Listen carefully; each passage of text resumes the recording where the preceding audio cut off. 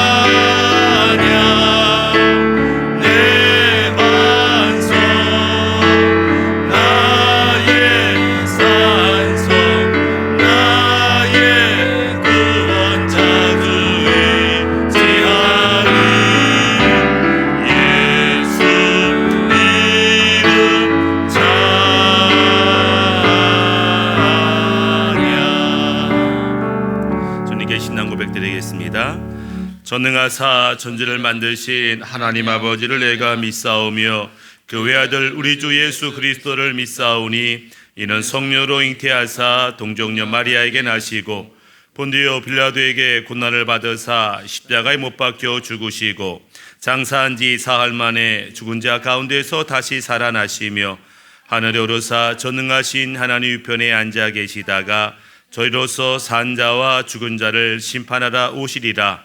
성령을 믿사오며 거룩한 공예와 성도가 서로 교통하는 것과 죄를 사하여 주시는 것과 몸이 다시 사는 것과 영원히 사는 것을 믿사옵나이다.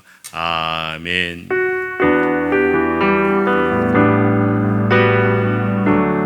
주를 위한 이곳에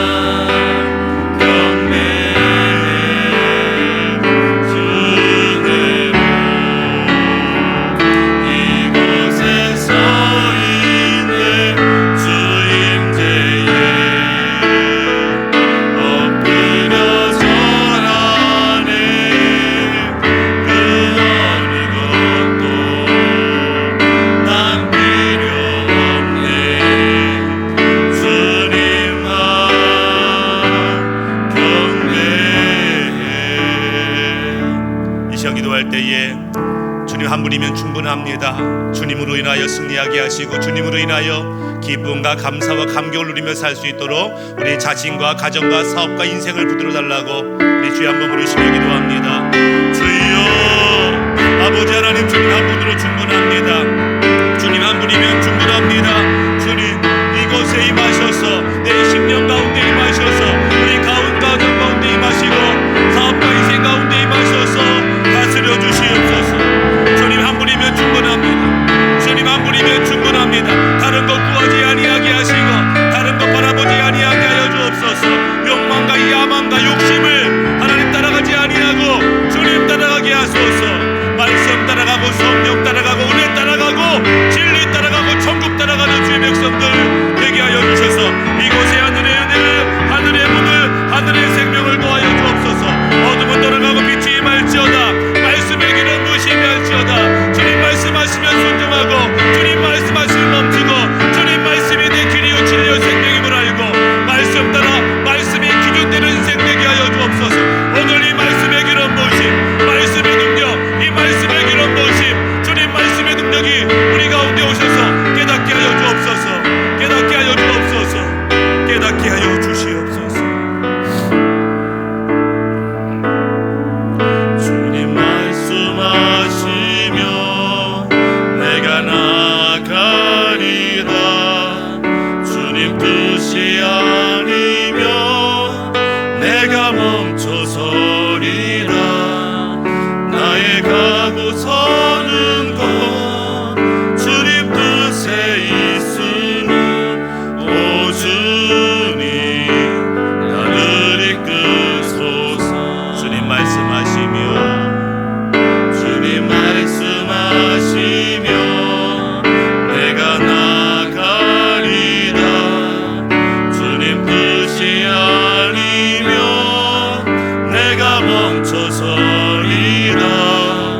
나의 가고 서는 곳 주님 뜻에 있으니 오 주님 나를 이끄소서.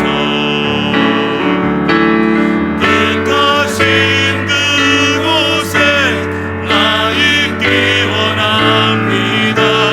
이끄시는 대로 순종하며 살리니 연약한 내 영혼 통하여 일하소서. 주님 나라와 그 뜻을 위하여 뜻하신 그곳에 나 있기 원합니다. 이끄시는 대로 순종하며 살리니 연약한 내 영혼 통하여 일하소서. 주님 나라와 그 뜻을 위하여 오 주님 나를 이끄소서. 아멘. 오늘 함께 은혜 받을 말씀은 창세기 2장 8절 9절 말씀. 함께 8절 9절 봉독합니다. 시작. 여호와 하나님이 동방의 에단에 동산을 장설하시고 그 지으신 사람을 거기 두시니라. 여호와 하나님이 그 땅에서 보기에 아름답고 먹기에 좋은 나무가 나게 하시니 동산 가운데에는 생명나무와 선악을 알게 하는 나무도 있더라. 아멘. 기도합니다. 아버지 하나님, 주 앞에 나올 때에 부족하지만 또 우리의 마음을 담은 귀한 예물 드리게 하심을 감사합니다. 믿음의 예물 드렸습니다. 11조와 감사 예물을 드립니다. 작정한 예물을 드렸습니다. 하나님, 드린 손길과 마음을 붙들어 주셔서 말씀이 생명이 되게 하시고 문제가 사라져 은혜가 되게 하시옵소서. 마음의 심령이 말씀으로 담대하게 하여 주옵소서. 질병이 떠나고 어려움이 떠나고 늘 은혜 안에 승리하는 우리 모두가 되게 하여 주옵소서. 말씀 가운데 깨달을 수 있는 귀와 마음이 열리게 하시고 말씀이 우리를 바꾸는 인생 되게 하여 주옵소서. 오늘도 함께 하실 주님을 기대하며 예수님의 이름으로 기도드립니다. 아멘. 가끔 어떤 분이 그런 말을 할 때가 있습니다. 목사님은 어려운 설교를 쉽게 하는 경향이 있다, 이렇게 말씀할 때가 있어요. 어려운 거를 목사님이 쉽게 해서 쉽게 이해가 돼요, 이렇게 이제 말씀하시는 분이 있어서 생각해 보니까 제가 대학교 2학년 때부터 전도사 생활을 했습니다.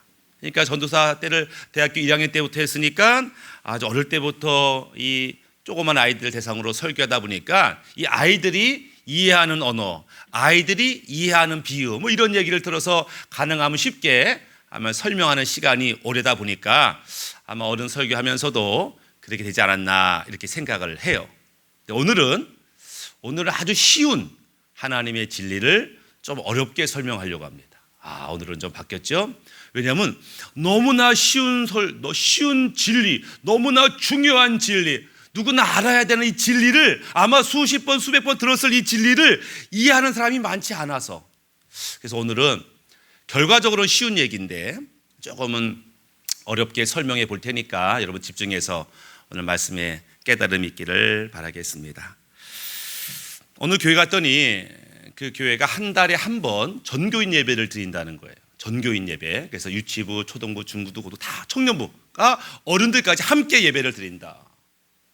그러면은 아이들이 장난치고 떠들지 않냐 해도 그렇지 않다는 거예요. 그러면서 이 전교인 예배를 드릴 때는 주일학교 초등부에서 성가대를 쓴다. 성가대를 아주 준비 잘해서 발표하면은 어른들이, 부모들이 아주 기쁘고 즐거운 마음으로 찬양을 듣겠죠? 거기까지는 좋아요. 근데 찬양이 끝났어요. 장로님 기도가 시작되고 목사님 설교가 시작돼요. 이해가 안 돼요. 아이들이 꼼지락꼼지락거리기 시작해요. 장난하기 시작해요. 근데 앞에 성가대석에서 그래 장난치고 꼼지락거리면 예배에 방해가 되지 않겠어요? 그런데 그럭저럭 잘 지낸다는 거예요. 왜냐하면 맨 앞에 장로님이 앉아가지고 이러면 이제 액션을 취하고 이러면서 이제 하여튼 어떻든지 아이들이 앞에 무서운 장로님 때문에 견디해서 무사히 예배를 마친다. 그래서 목사님 그래도 아이들이 힘들 텐데요 했더니 아니라는 거예요. 왜요 했더니 그 성가대를 쓰는 날은 끝나자마자 바로 피자집에 가고 짜장면집 가고 탕수육 먹기 때문에 애들이 안다는 거예요. 1시간 잘 버티면 맛있는 파티가 열린다라는 걸 알기 때문에 견딘다는 거예요. 이 얘기를 들으면서 어른들도 이와 같은 모습이 아닌가 이런 생각을 해보게 됩니다. 이게 뭐냐면 지금 아이들의 입장에서 예배가 그렇게 즐겁지가 않아요. 그래도 견디는 이유는 예배 후에 피자가 있기 때문에 견뎌내는 거죠. 예배, 기도, 찬양 별로 사실은 관심이 없을 수 있어요. 근데 어른도 그럴 수 있다는 거예요. 예배 자체가 기쁘고 즐거워서 예배당에 나오는 게 아니라 예배 끝나고 어머니 뵈러, 교회는 친구들이 많으니까 우리 교회 밥 맛있어, 밥 먹으러, 아니면 교회 왔지만 사실은 예배를 안 드리면 벌 받을 것 같은 어떤 불안한 마음, 그러니까 예배 자체보다도 그 주변 것들로 인해서 예배를 드리는 경우가 있어요. 아니 이 집이 파주인데 왜 인천까지, 왜 저기 수원까지 예배 드려요? 우리 어머님이 거기서 예배 드리는데 일주일에 한 번은 어머니 뵈야죠. 이게 쉽게 말하면 예배 자체가 목적이 아니라 예배 이외의 것들이 목적인 경우가 있어요. 기도도 마찬가지죠. 기도 시간이 행복하고 기쁨이 넘쳐서가 아니라 문제를 해결해야 되니까, 하나님의 응답을 받아야 되니까, 능력을 받아야 되니까 기도하지 않을 수 없는 사람들이 있습니다. 시편 1편의 말씀처럼 복 있는 사람은 여호와의 율법을 즐거워하며 주야로 묵상한다고 했는데, 이 말씀이 즐거워서 묵상하는 게 성경만 피면 졸려워, 성경만 보면 이렇게 잠이 와, 하지만 내가 예수 믿은 지가 벌써 10년인데 성경 한 번은 읽어줘야지 라면서 겨우겨우 말씀을 읽는다고 한다면, 너무나 귀한 예배, 기도, 찬양, 말씀을 어떤 면에서는 억지로, 어떤 면에서는 마지 못해서 하는 경우가 있다면 이것은 하나님이 기뻐하는 신앙생활이 아니다라고 하는 거예요. 우리가 하나님이 기뻐하는, 내 안에 기쁨이 가득하다면 신앙생활이 너무나 재밌어요. 누가 시키지 않아도 기도회가 가고 싶은 거야. 기도가 하고 싶은 거야. 내일 새벽기도 가야 되는데 막 설레면요 10시만 되면 잘 준비합니다. 왜? 내일 일어나야 되니까. 설레면요 새벽기도 일어나는 게 어렵지가 않아요. 제자 훈련 받아야 되는데 월수금 저녁에 수영하는 거 끊어야 되겠다. 왜? 그래야 제자 훈련 받으니까 수영 끊는 게 어렵지가 않아요. 왜? 말씀에 대한 사모함이 있어서. 예배에 대한 사모함이 있으면 가족들이 가족여행 가자 해도 에이 싫어요, 나 안 갈래요, 예배 드릴 거예요, 예배보다 즐거운 게 없어요. 이렇다면 신앙생활이 힘들 일이 없다라고 하는 거죠. 근데 만약에 신앙생활이 즐겁지 않으면, 기도 자체가 즐겁지 않으면, 물론 기도합니다. 왜? 문제가 생겼으니까. 그럼 문제가 끝나면 더 이상 기도할 이유가 없잖아요, 그렇죠? 문제가 없는데 뭐하러 기도해? 문제가 있을 때만 기도하는 신앙인이 되죠. 묵상도 마찬가지예요. 이게 기쁨으로 묵상이 안 되면 오래 하지 못합니다. 예배도 마지못해 예배를 드리지만 억지로 앉아있는 예배 자리가 그를 변화시킬 수가 없다라고 하는 거예요. 결국 그 사람 마음속에 무엇을 기뻐하는가, 무엇을 즐거워하고 있는가에 따라서 그의 인생과 신앙의 모습이 달라진다라고 하는 거예요. 그 마음의 중심. 우리 주변에 알코올 중독 또는 도박 중독 이런 사람이 있습니다. 이 사람들이 알코올, 술이 나쁘다, 도박이 나쁘다 이거 모르는 사람 없어요. 알아요. 이제 술 끊어야지, 건강을 위해서 술 끊어야지, 도박 그만둬야지, 가정을 위해서라도 내가 도박 그만둬야지. 압니다. 알지만 못 끊어요. 못 끊는 이유는 한 가지입니다. 나쁜 거 알지만 술이 좋아요. 나쁜 거 알지만 도박이 재밌어요. 좋아하고 재밌어요. 사람은 머리의 생각 따라 움직이는 게 아니에요. 감정의 욕망, 애정, 열정 따라 움직이는 거예요. 그렇기 때문에 머리가 뭐 배우고 알고 이런다고 해서 바뀌는 게 아니고 마음의 중심이 바뀌어야 바뀌는 겁니다. 예전에 저기 소망교도소에 집사님이 교도관으로 있었어요. 근데 젊은 죄수가 하나 왔는데 집도 가난하고 못 배우고 그래가지고 도둑질하고 사기치다가 왔어요. 네가 못 배워서 그렇지. 그래가지고 불쌍히 여겨서 그에게 책을 사주고 인터넷 강의를 듣게 하고, 그래서 감옥에서 학사, 쉽게 말해 대학 졸업장을 받게 했어요. 그리고 이제 때가 돼서 이제 감옥을 나가게 됐습니다. 열심히 살아, 정직히 살아, 잘 살아라 인사했어요. 근데 몇 년 후에 이 친구가 다시 죄수가 돼서 감옥에 들어왔어요. 제목은 뭐예요? 공문서 위조 사기죄. 대학을 안 나와서 죄 짓는 게 아니에요. 공부를 못해서 죄 짓는 게 아니에요. 그 심령에 죄악에 대한 욕망이 있으면, 탐욕이 있으면 죄를 짓게 되는 거죠. 머리에 뭘 채운다고 바뀌는 게 아니고 그 심장에 무언가가 채워져야 되는 거예요. 하나님의 것이 채워져야만 그의 인생이 바뀌게 되더라. 그럼 어떻게 내 심장, 내 마음속에 있는 것들을 어떻게 바꿀 수 있을까? 우리가 여기에 관심을 가져야 되는 거죠. 우리가 지난번에 선악과에 대한 말씀을 좀 나눴습니다. 선악과를 먹었다라는 것은 그저 과일 하나 먹었기 때문에 벌 받는 게 아니고 선과 악을 알게 하는 열매를 먹음으로 말미암아 하나님과 분리가 되고 하나님과 독립이 됐어요. 근데 우리는 자존자가 아니야. 쉽게 말하면 우리 스스로 알아서 살 수 있는 그런 자존자가 아니고 우리는 피조물이며 의존자예요.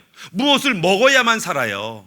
뭘 보고 들어야만 살 수 있어요. 우리는 무언가를 의존하며 사는 존재라고. 그런데 이제 하나님을 의존해 살던 우리 사람들이 갑자기 하나님 필요 없어요 라고 분리가 됐어요. 마치 나무에서 나뭇가지가 떨어졌어요. 당신 없어서 살 수 있다고 말은 했지만 나뭇가지가 꺾이는 순간 더 이상 생명을 공급받지 못함으로 말미암아 죽게 된 인생, 그것이 선악과를 먹은 사람들의 모습이다라고 하는 거예요. 집에 우리가 화분을 키웁니다. 화분을 키우는데 어떤 사람은 화분을 잘 죽이죠. 왜? 물을 안 줘서 죽는 거예요. 근데 이 화분이 막 이쁘다고 막 꽃도 피고 잘한다고. 근데 사실은 이 주인이 물을 줘야만 되는 거예요. 근데 주인이 물을 안 주면 얘 스스로는 생존할 수가 없다고. 왜? 의존자이기 때문에. 우리가 그렇다라고 하는 거예요. 그런데 이 말씀을 좀 한번 생각해 보면은 선악과라고 하는 그 나무의 열매 속에는 어떤 능력이 있어요. 어떤 신비가 있어요. 어떤 신비? 선과 악을 알게 하는 지식을 얻게 돼요. 예전에 아담과 하와한테는 없었던 지식을 얻게 됨으로 말미암아 그 지식이 그를 행동하게 만듭니다. 사람이 뭘 모르면 앞장설 수가 없어요. 너 이거 한번 해볼래? 저 안 해봤어요. 저 몰라요. 안 해요. 제가 지켜만 볼게요. 뒷따라 갈게 이런다고 누구든지 그 분야에 대해서 알지 못하면 앞장서도를 하겠다고 하지 않아요. 어두컴컴한 밤에 혼자 길 나설 사람이 없다고. 왜? 앞을 볼 수 없으면, 알지 못하면 어떤 걸 할 수가 없어요. 아담과 하와가 지금까지는 하나님 말씀대로만 살았다고. 그런데 선악과 열매를 먹음으로 지식이 생겼어요. 그 지식은 그로 하여금 나도 할 수 있어, 나도 알아, 하나님 없이도 살 수 있을 것 같은 그런 담대한 마음이 아담과 하와에게 생겼어요. 물론 그 지식은 그를 죽음으로 인도하는 거였지만 그 당시 아담과 하와는 알지 못했어요. 갑자기 새로운 지식이 생김으로 말미암아 하나님 없이도 얼마든지 살 수 있을 것 같았지만 그 선악과의 열매는 결국 하나님으로부터의 분리를 가져왔고 이전과는 전혀 다른 사고방식으로 삶을 살게 되었다라고 하는 거예요. 선악과를 먹자마자 아담과 하와가 바뀌었어요. 갑자기. 어떻게 바뀌었냐? 갑자기 그가 숨었어요. 그전에는 하나님이 아담아 하와야 부르시면 저 여기 있어요 하고 기쁨으로 하나님을 맞이했는데 갑자기 무서워서 숨었어요. 갑자기 평안함이 사라졌어요. 그러니까 하나님과 분리된 자의 첫 번째 상태는 그의 마음에 평안함이 사라지더라. 내 마음에 만약에 두려움이 있고 무서움이 있고 평안함이 없다, 지금 하나님까지 멀리 있다라고 느끼시면 되는 거예요. 갑자기 그가 불안하고 두려운 마음으로 사로잡히게 되더라. 근데 하나님이 찾아와서 너 왜 숨었냐? 이렇게 말했다고. 왜 숨었냐? 그러면 사실 제가 먹지 말라는 거지 따먹었더니 갑자기 무서워서 숨었어요, 이러면 된다고. 근데 갑자기 뭐라고 대답하냐면 제가 벗었기 때문에 숨었어요, 이렇게 말한다. 야, 너 원래부터 벗고 다녔잖아. 너 원래 벗고 다녔는데 뭘 갑자기 숨어? 쉽게 말하면 사실대로 얘기하지 못하고 자기 논리를 가지고 얘기하는 거예요. 맞지가 않죠. 근데 너 갑자기 왜 그 먹지 말라는 거 먹었어? 그랬더니 죄송합니다, 잘못했으면 제가 그냥 속아가지고 그랬어요, 이러면 되는데 그렇게 하지 않고 저 여자가 먹게 했어요. 저 여자가 글쎄 날 꼬여가지고 먹으라고 하잖아요. 그런데 하나님, 저 여자 때문인데 저 여자 하나님이 데리고 온 거 아니에요? 이런 거예요. 쉽게 말하면 자기가 선악과를 먹고 죄를 졌는데 그 책임을 아내에게, 얼마 전까지는 내 뼈 중에 뼈고 살 중에 살이고 내 생명 같다고 하는 그 여인의 갑자기 비난의 화살을 돌리고 더 나가서 하나님이 저 여자 나한테 줬잖아요, 하나님 책임는 거 아니에요? 라고 하더라. 책임을 전가하는, 그러니까 이전과는 전혀 다른 모습의 반응을 보이고 있더라. 이것이 선악과를 먹은 자들의 사고방식이에요. 즉 선악과를 먹은 자의 사고방식은 하나님 없이도 얼마든지 살 수 있어, 말씀 몰라도 기도하지 않아도 하나님 없이도 얼마 살 수 있어, 이런 생각을 갖게 되고 모든 결정의 중심이 자기예요. 내가 기분 좋으면 좋은 거야, 나한테 이익이 되면 좋은 거야, 내 생각대로 맞으면 좋은 거야, 그렇지 않으면 다 나쁜 거고 잘못된 거라고 하는 사고방식.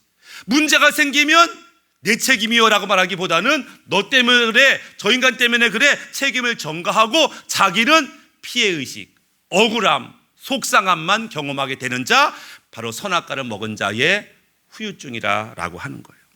이런 자들은 말합니다. 내가 부모를 잘못 만나서 이런 고생하는 거야, 부자 부모 만났으면, 똑똑한 부모 만났으면 내가 이러지 않았을 텐데 라고 부모를 책망하는 자, 내가 남편을 잘못 만나서 그래, 아내를 잘못 만나서 그래, 내가 친구를 잘못 만나서 속아서 그래 라면서 책임을 다른 사람한테 돌려요. 자기는 피해자라고 생각해요. 자기는 억울하다고 생각하는 그런 모습, 결과적으로 그런 생각과 사고방식이 분리를 가져와요. 너 다시는 안 만나, 우리 헤어져, 안 만나, 분리를 가져와요. 선악과를 먹은 자의 열매, 그 끝은 죽음으로 가게 되더라. 근데 문제는 이런 선악과를 먹은 후유증이 불신자에게만 있는 게 아니다. 불신자가 그렇다고 하면 이해가 돼요. 하나님 모르니까, 믿음이 없으니까, 말씀 모르니까. 근데 문제는 상당수 많은 믿는 자들 가운데 여전히 선악과를 먹은 후유증이 있어요. 왜? 이 선악과 문제를 아직도 해결하지 못했다라고 하는 거예요.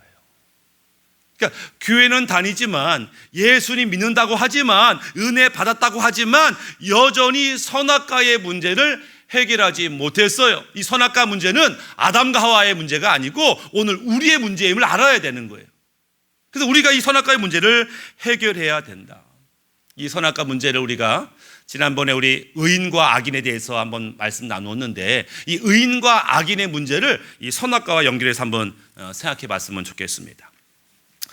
성경에 의인은 없다 이렇게 말합니다. 로마서 3장 10절에 기록된 바 의인은 없나니 하나도 없으며 깨닫는 자도 없고 하나님을 찾는 자도 없고 다 치우쳐 함께 무익하게 되고 선을 행하는 자는 없나니 하나도 없도다. 성경은 의인은 하나도 없다 이렇게 선언한다고. 그럼 의인이 누구야? 아니 의인은 착한 일을 하는 사람 아니야? 근데 우리 주변에 착한 일을 하는 사람이 없을까? 있는 것 같은데 어떤 경우는 기독교인보다 더 착한 불교인이 있을 수 있어요. 기독교인보다 더 착한 그런 불신자가 있을 수 있다고. 아니 착한 사람 주변에 있는 것 같은데 왜 하나님은 착한 사람이 없다고 하지? 왜 그러지? 창세기 6장 5절에 여호와께서 사람의 죄악이 세상에 가득함과 그 마음으로 생각하는 모든 계획이 항상 악할 뿐임을 보시고 땅 위에 사람 지으셨음을 한탄하사 마음에 근심하시고. 아니 항상 사람의 모든 계획과 생각이 악하다? 인간이 원래 그런 존재인가? 원래는 인간이 그런 존재가 아니었어요. 하나님이 아담과 하와를 만들었을 때 얼마나 기뻐했는지, 얼마나 좋아했는지, 하나님의 형상을 보고 그 안에 의로움을 보고 얼마나 기뻐하셨는데, 근데 왜 갑자기 인간이 생각하는 것과 계획하는 것이 항상 악할 수밖에 없고 의인은 한 명도 없을 수 있는가? 바로 우리가 선악과와 비교하면 선악과 그가 하나를 먹었기 때문에 그가 지옥 가는 게 아니라 사실은 하나님과 분리되었기 때문에 더 이상 하나님으로부터 생명을 공급받지 못하고 영양분을 공급받지 못해서 떨어진 가지는 시간 지나면 그 지나는 대로 말라 죽을 수밖에 없는 것처럼 악인이 뭐냐? 악인은 하나님으로부터 분리된 자예요. 그가 지금 당장 착한 일을 할 수도 있어요. 당장 좋은 일을 할 수 있어요. 그러나 하나님의 생명을 전혀 공급받지 못하기 때문에 점점점 시들어가고 말라버려서 죽을 수밖에 없는 자, 그가 악인이에요. 자기만 죽을 뿐만 아니라 주변의 사람들도 죽음으로 인도하는 자가 악인입니다. 의인은 뭐냐? 한마디로 말하면 하나님과 연결되었어요. 그래서 하나님의 공급을 받아요. 그래서 하나님의 생명을 누려요. 자기만 누리는 것이 아니라 다른 사람들도 생명으로 인도해요. 왜? 하나님의 생명이 근원임을 그가 알기 때문에. 그래서 첫 번째, 의인과 악인의 첫 번째 기준은 그가 하나님과 분리되어 있는가 연결되어 있는가로 성경은 구분하더라. 그가 착한 일 많이 했냐 못된 일 많이 했냐 이거로 구분하는 게 아니고 그가 하나님과 연결되어 있어서 하나님의 공급받고 살아가면 의인, 하나님과 분리가 돼서 지멋대로 살아가고 지 감정대로 살아가고 그게 말라간다면 그는 악인이다라고 하는 거예요. 두 번째 기준은 뭐냐면 두 번째 기준은 그 사람의 심령 속에 무엇이 있는가. 아까 말한 것처럼 사람은 깨달은 대로 아는 대로 행동하기보다는 사실은 가슴에 있는 열망대로 움직이는 존재이기 때문에 그 마음에 그 심장에 무엇이 있는가가 그 사람을 결정해요. 그게 두 가지가 있습니다. 하나님에 대한 사랑과 말씀에 대한 사랑으로 충만해서 말씀대로 살고 믿음대로 살려는 사람과 자기 탐욕과 욕심으로 가득해서 자기 야망을 이런 사람과 그게 두 부류로 나누어지죠. 그런데 의인이라고 하는 사람들조차도 죄를 질 수 있어요. 의인이라고 하는 사람조차도 악을 행할 수가 있다고. 그러니까 의인이라고 전혀 악을 행하지 않는 게 아니에요. 다윗도 그랬습니다. 다윗이 글쎄 남의 부인을 탐내가지고 그 부인의 남편 충성된 신하를 죽이고 빼앗고 아주 못된 짓을 했어요. 하나님이 진노하셨어요. 아무리 다윗이지만 하나님 가만둘 수 없다. 재앙을 내리게 됐어요. 그러자 다윗이 엎드려 회개하며 기도합니다. 그 중에 하나 시편 51편 11절에 나를 주 앞에서 쫓아내지 마시며 주의 성령을 내게서 거두지 마소서. 하나님 어떠한 벌도 달게 받겠습니다. 죽으라면 죽겠습니다. 그러나 한 가지만 제발 봐주세요. 그게 뭐냐면은 내 안에 임하신 성령님을 거두어 가지는 마세요. 내 재산, 왕권, 자식이고 뭐 다 가져갈 수 있습니다. 그러나 내게 주신 하나님의 영 성령만은 거두어 주지 마세요. 이렇게 말해요. 왜? 다윗이 진짜 귀하게 여겼던 것은 하나님의 기름 부으심, 하나님의 성령을 그 무엇보다 귀하게 여겼다라고 하는 거예요. 다윗의 진정 사랑하고 열정은 바로 하나님에게 있었다. 그가 바로 의인이다라고 하는 거예요. 사도 바울도 비슷한 고백을 합니다. 사도행전 20장 24절에 내가 달려갈 길과 주 예수께 받은 사명 곧 하나님의 은혜의 복음을 증언하는 일을 마치려 하면은 나의 생명조차 조금도 귀한 것으로 여기지 아니하노라. 세상에 사람의 생명보다 귀한 게 어디겠어요? 그런데 바울은 하나님과 그분의 말씀대로 사는 것이 내 생명보다 귀하다. 그 어떤 것보다 하나님과 그분의 말씀과 사명이 귀하다. 그것이 이 다윗과 바울 심령 속에 있는 거예요. 그걸 보니까 이 사람은 의인이구나 라고 보는 거죠. 악인은 그 안에 있는 욕망, 야망, 욕심, 소원을 가지고 살아갑니다. 이런 사람이 하나님을 믿기도 합니다. 왜요? 하나님을 보니까 자기의 야망과 욕망을 하나님이 조금만 도와주시면 될 것 같으니까. 그러니까 하나님을 이용해요. 이 사람들이 교회에서 활동할 때 굉장히 열심히 합니다. 열정적이고 지도력이 있고 앞장서고 힘을 내고 소리 크고. 왜? 그 안에 열정과 있는데 그 열정은 사실은 하나님을 위한 열정이 아니고 자기를 위한, 자기의 명예, 자기의 권세, 자기의 이름을 위해서 열심을 냅니다. 누가 볼 때는 믿음 좋은 사람 같아요. 그러나 사실은 그는 하나님을 이용하는 거예요. 이용하는 거예요. 세 번째, 의인과 악인의 기준은 바로 열매다라고 했어요. 하나님께 연결된 자는 필연적으로 하나님의 생명과 에너지를 공급받음으로 열매를 맺게 된다. 그 열매가 갈라디아서 5장 22절 말씀처럼 성령의 9가지 열매죠. 오직 성령의 열매는 사랑과 희락과 화평과 오래 참음과 자비 양성 충성 온유 절제니 이와 같은 것을 금지할 법이 없느니라. 그리스도 예수의 사람들은 육체와 함께 그 정욕과 탐심을 십자가에 못 박았느니라. 이런 열매를 맺을 수 있는 이유는 그 전에 있었던 그 안에 탐심, 욕심, 욕망을 십자가에 못 박여 죽였기 때문에 이제는 과거 욕망과 자기 야망과 욕심대로 살지 아니하고 이제는 하나님의 것이 흘러옴으로 말미암아 하나님이 기뻐한 열매를 맺게 되는 인생을 살게 됐다. 그 사람이 의인이다라고 하는 거예요. 이 말씀에서 악인은 뭐예요? 악인은 뭐예요? 열심히 교회 다니고 봉사하지만 여전히 탐심, 욕심, 욕망이 내 안에 있어서 하나님의 것으로 사는 것이 아니라 내 것이 드러나야 돼요. 내 힘이, 내 이름이, 내 야망이, 내 생각과 내 감정이 옳다라고 주장하는 것, 그것이 성경에서 말하는 의인의 모습이다라고 하는 것입니다. 우리가 예수님을 영접한다라고 하는 것은 예수님은 나의 주인으로, 나의 왕으로 모시는 거죠.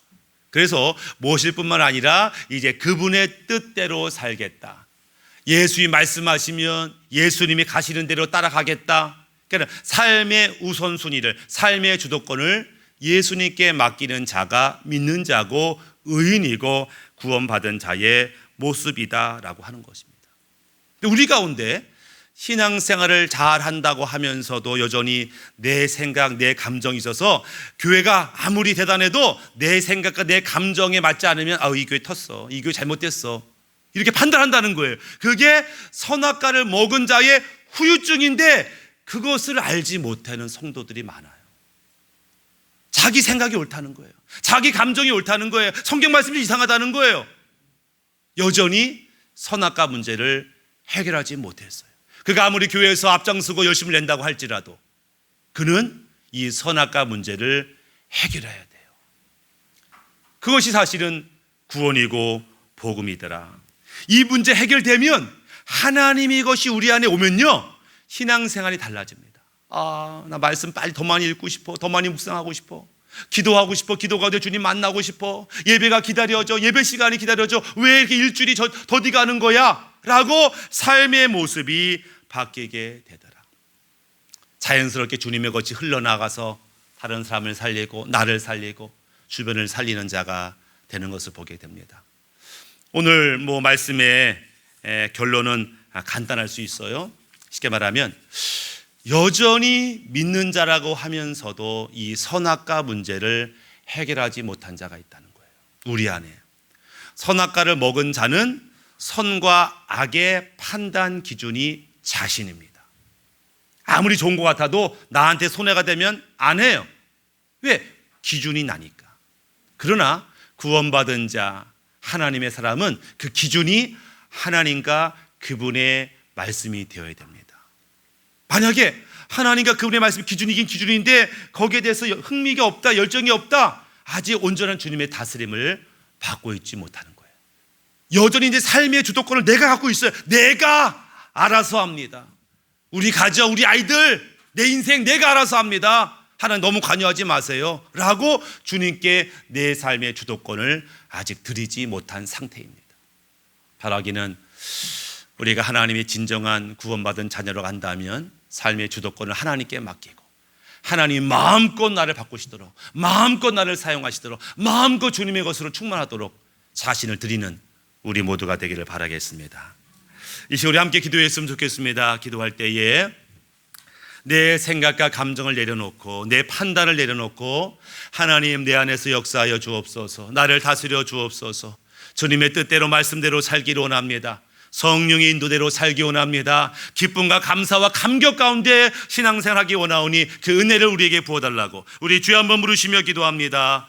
주여 할렐루야. 하나님 우리 가운데 주의 은혜를 더하여 주옵소서. 예수 생명의 역사를 우리에게 더하여 주옵소서. 주님은 나의 왕이십니다. 나의 구원자이십니다. 나의 생명이십니다. 우리 가운데 오셔서 주님의 것들로 채우시고 하나님이 기대하는 하나님 열매, 성령의 열매를 맺는 주의 백성 되게 하여 주옵소서. 의인으로 살게 하여 주옵소서. 주님과 연합되어 살게 하여 주옵소서. 주님의 것으로 사는 자 되게 하여 주옵소서. 이곳에 예배하는 자들 가운데 성령의 은혜를 더하옵고 주님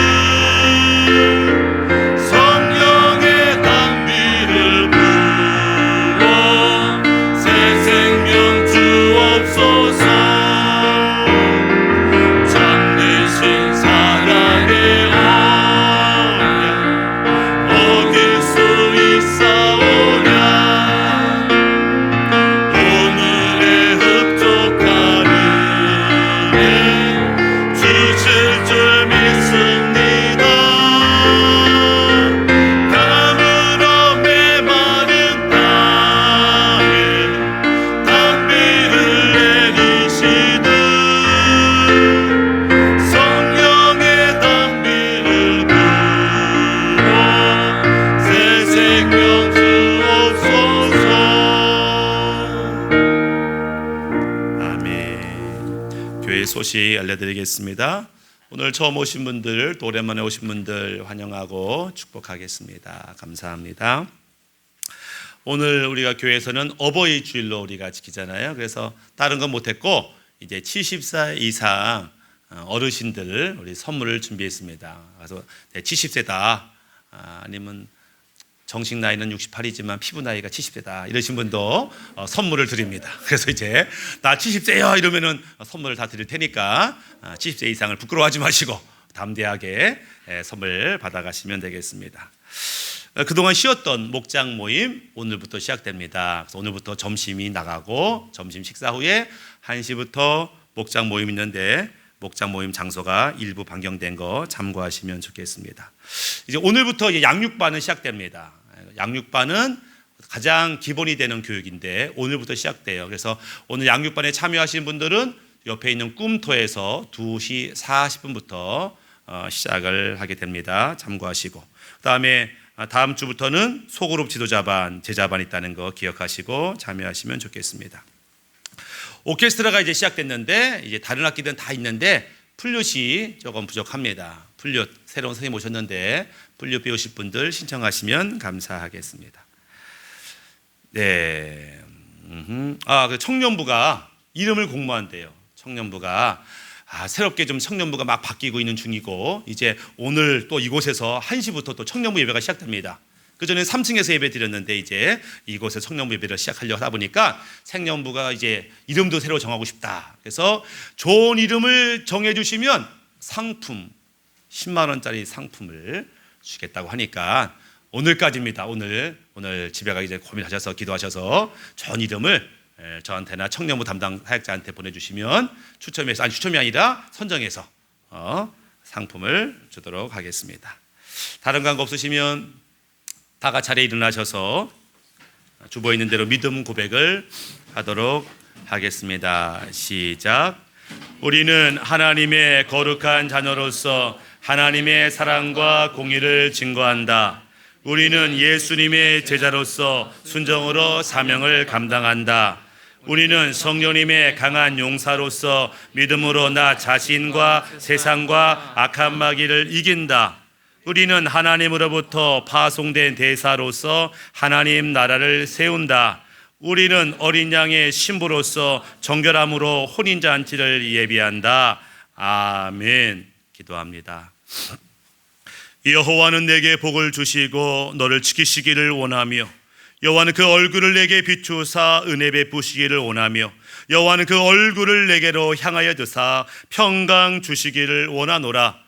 이제는 우리 구주 예수 그리스도의 은혜와 그 크신 아버지 하나님의 사랑과 성령의 감화감도 역사하심이 선악과의 문제를 끊어내고 이제 주인 되신 예수님과 말씀을 따라 살기로 작정한 이곳에는 주의 백성과 가정과 모든 기도 제목 위에 이제부터 영원토록 함께 있을지어다. 아멘.